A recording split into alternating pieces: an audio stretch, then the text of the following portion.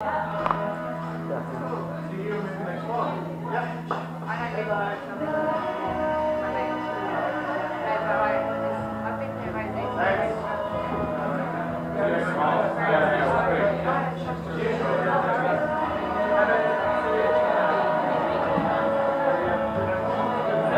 Sorry that we made these Good evening, everyone. My name is Martin Anthony. You may remember me from the last open mic night. I hope you all had a good Christmas and a great New Year. I had a fun time in Malta over Christmas, and I'm happy to be back here working hard in London. Tonight, I'm going to talk to you about a special event that happened 10 years ago. In a few days' time, I celebrate 10 years as a Dream Theatre fan. Have any of you ever heard of Dream Theatre? I died. Well, that's okay, because the funny thing is, Dream Theatre are the same age as me. They're 32. They all started in 1985, and it took them until 2008 to finally come to Australia. So in that year of 2008, I was seeing a lot of heavy metal bands. I was excited for Iron Maiden, Ozzy Osbourne, Saxon. But then my brother, Michael John, said to me, "Oh Martin, I want you to see this band called Dream Theatre." And I was like, "Well, I'm not too sure, Michael. I really want to save some money and go to Germany and see the Scorpions." And so my brother's like, "You're going to fly to Germany and see a band?" I'm like, "Yeah." And so I decided I'd pay $120 for a general admission ticket. I go in, and I started waiting outside the venue from 11 a.m. It's about 28 degrees in this Sydney summer heat, and we're all just talking about progressive rock bands for the next couple of hours.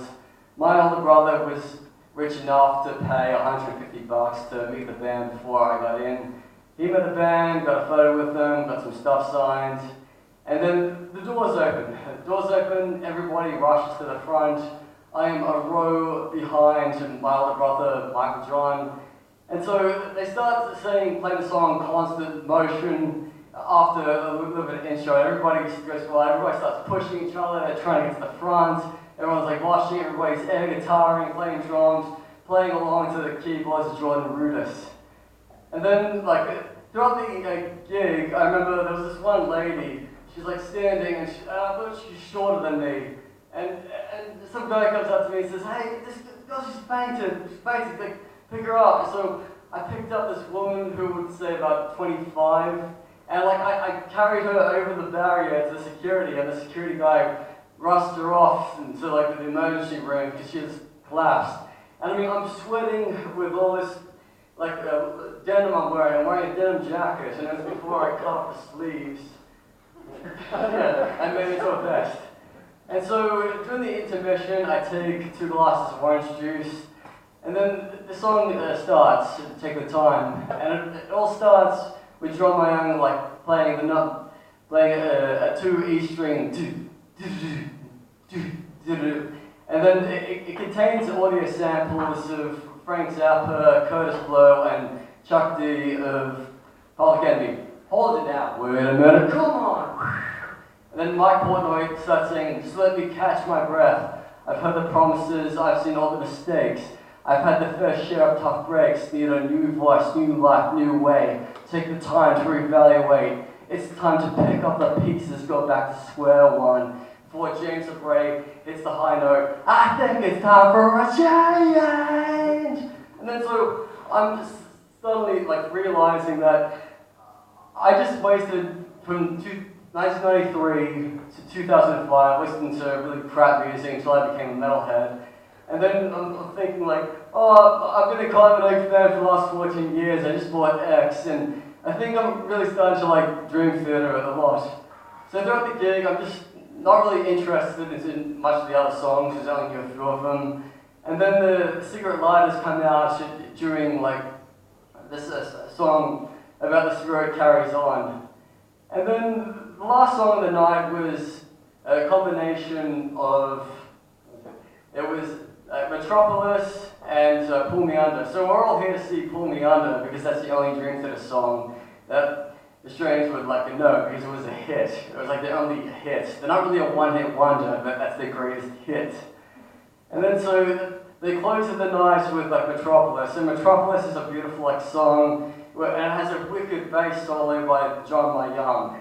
And so at the end of the night, I realized, God, I've just been wasting 14 years of my life listening to Climate music. What have I been doing and stuff?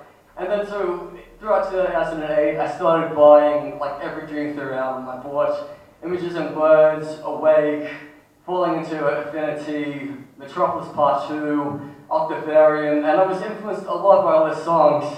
And then one day, I'm in Newtown, I buy the first ever Dream Theater album on vinyl, When Dream and Day Unite. This did not have James Bray as the frontman, this had Charlie Dominici, and then it was 5. So I'm driving home with my friends after basketball, I drive past the Lidcombe train station, I see all these Kylie Minogue fans who just left the concerts, they just paid about like 80 to 100 bucks, or maybe 200 bucks. I pick up my Dream Theater album, and I have an in-betweeners like moments. I get out of the car's driving past, and I'm like, listen to Dream Theater!